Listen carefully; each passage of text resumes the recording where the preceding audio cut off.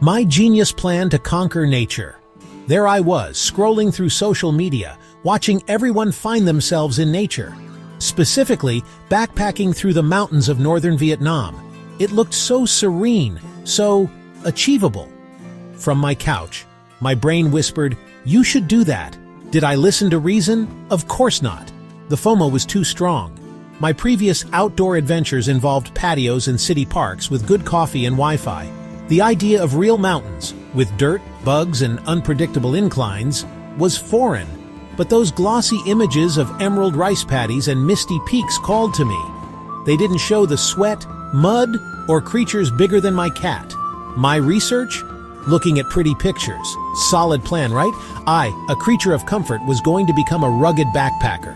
I announced it to my friends. They laughed, hard. "You, hiking? For fun?" The skepticism was real, but I was committed, or just stubborn. Instagram made it look effortless, a photogenic walk in the park. Packing was its own adventure. My wardrobe? Mostly dry clean only. My hiking boots? Fashion accessories never touched dirt. Panic set in. Maybe a beach holiday would be more my speed. But no, the mountains called, or at least my ambition did. This was going to be an experience. I could already picture the triumphant summit selfie. I ignored the tiny voice suggesting I was in over my head. I convinced myself, if influencers can do it, so can I. I started watching how to hike videos. I bought gear I didn't know how to use. I practiced walking upstairs and called it training. My friends placed bets on how long I'd last. I pretended not to notice. The adventure was set. What could possibly go wrong? Spoiler, everything. Touching down in Hanoi was an experience. The humidity hit me like a wet hug I didn't want. The sound of a million motorbikes, chaotic, relentless. I'd seen videos, but nothing prepares you for the volume. My noise-canceling headphones, buried at the bottom of my bag. The smells, street food, exhaust, and exotic mystery. It was sensory overload, but the kind that makes you feel alive. Then came the ultimate challenge, crossing the street. Pedestrians are just obstacles in a river of motorbikes. The trick: walk slowly, don't make sudden moves, and hope for the best.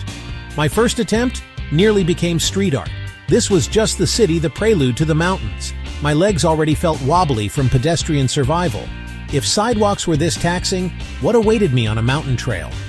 I ordered an extra strong Vietnamese coffee for courage. It kept me awake long enough to regret my decisions.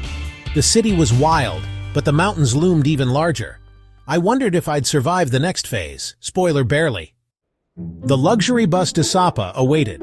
Luxury meant it had wheels, and a rooster in a cage 2 rows behind me. The bus was a mobile sauna, seasoned with diesel and lost dreams. Air conditioning? On permanent vacation. The views were breathtaking, when you could see through fog and condensation. The driver took hairpin turns with terrifying confidence. My stomach performed Olympic-level gymnastics. Bathroom breaks were a gamble, rustic facilities, questionable hygiene. I developed a new appreciation for modern plumbing and hand sanitizer. Each stop was a test of courage. The mountains grew closer, shrouded in mist and mystery. My excitement battled with motion sickness. The rooster crowed, either in sympathy or mockery. I focused on surviving the journey, not enjoying it. The coastline was far away. I was heading straight into the unknown. Every kilometer felt like a new test. I wondered if the mountains would be worth it. The bus ride alone felt like an extreme sport. I clung to hope, and my seat. Arrival couldn't come soon enough.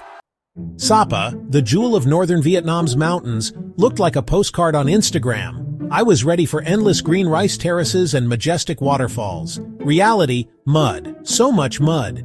It was everywhere, on paths, shoes, and soon my dignity. The hills weren't gentle, they were oxygen-sucking monsters. My lungs protested, my brain ignored them. The rice terraces were stunning when I wasn't gasping for air or slipping. These terraces, carved by Hmong and Dao farmers, are centuries old. My respect for their work skyrocketed, my desire to climb them plummeted.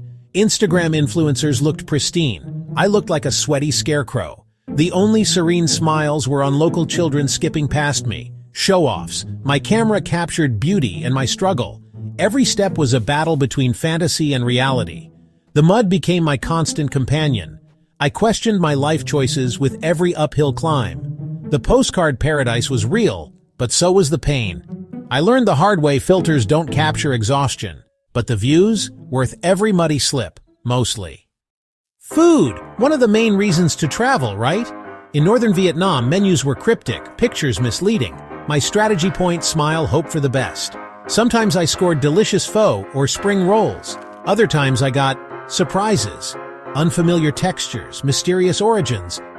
Chew first, ask later. Ignorance was bliss, but my stomach kept score. Sapa specialty thang ko, a traditional hamong horse stew. My inner child screamed. My adult self was morbidly curious. The aroma was unique. The taste? Definitely acquired. I did not acquire it, but there were Wynn's sticky rice in bamboo tubes, calm lamb, simple, fragrant, delicious. It became my comfort food. No mystery meat involved. Vietnamese cuisine balances 5 tastes. I aimed for sweet and salty. Survival, one sticky rice tube at a time. Every meal was an adventure. Sometimes bravery paid off, sometimes not so much, but I never went hungry. My sense of direction is legendary for being terrible. In the mountains, trails looked like goat paths, markers were cryptic. My phone, no signal. Thanks, technology. Every path looked the same, green, uphill, endless. My legs screamed. My brain replayed survival movie tips. I wasn't trying to climb Fansipan, but for an hour I thought I might be. Salvation came in the form of a bemused local farmer, or maybe a helpful water buffalo. He pointed, smiled, and sent me the right way. I was grateful, if slightly embarrassed. Getting lost became part of the adventure. I learned to trust locals over Google Maps. Every wrong turn was a new story. My internal compass may be broken, but at least I survived. Next time I'm bringing breadcrumbs, or a guide. Trekking through northern Vietnam means meeting incredible local communities, the Hmong, Dao, Tay, and others, each with vibrant cultures and clothing. Their smiles were genuine, their curiosity contagious. Communication? Mostly charades, pointing, and enthusiastic nodding. I may have accidentally tried to trade my boots for a chicken. Children appeared everywhere, giggling at our clumsy trekking. They navigated paths like mountain goats. I panted like a steam train. Their fitness was inspiring and humbling. Then came the rice wine. Roux, homebrewed, potent, and offered with hospitality. Refusing was rude even at 9 a.m. I sipped, my liver protested, my brain ignored it. Vietnamese culture values sharing. I did my best to keep up. Every encounter was a lesson in humility and humor. My mime skills improved daily. The warmth of the people made every struggle worth it. I left each village with a smile and a slight buzz. Cultural immersion, one sip at a time. Cheers to new friends and strong brews, and to surviving the next round. The weather in northern Vietnam? Unpredictable. Sunshine one minute, torrential rain the next. Packing felt like prepping for the apocalypse. My waterproof jacket absorbed water like a sponge. The Sapa fog rolled in, turning trails into spooky obstacle courses. Every tree looked like a monster, every cowbell an ominous warning. The Tonkinese Alps brought biting winds and constant surprises. Mother Nature was the boss, and she had jokes. I missed my apartment's central heating more than ever. After days of mud, mountains, and misadventures, was it worth it? I returned with stunning photos and a new appreciation for chairs. Would I recommend backpacking northern Vietnam? Absolutely, if you like a challenge. It's character building, or at least story generating. You'll come back with tales, and maybe a fear of steep stairs. Would I do it again? Probably. Humans are stubborn.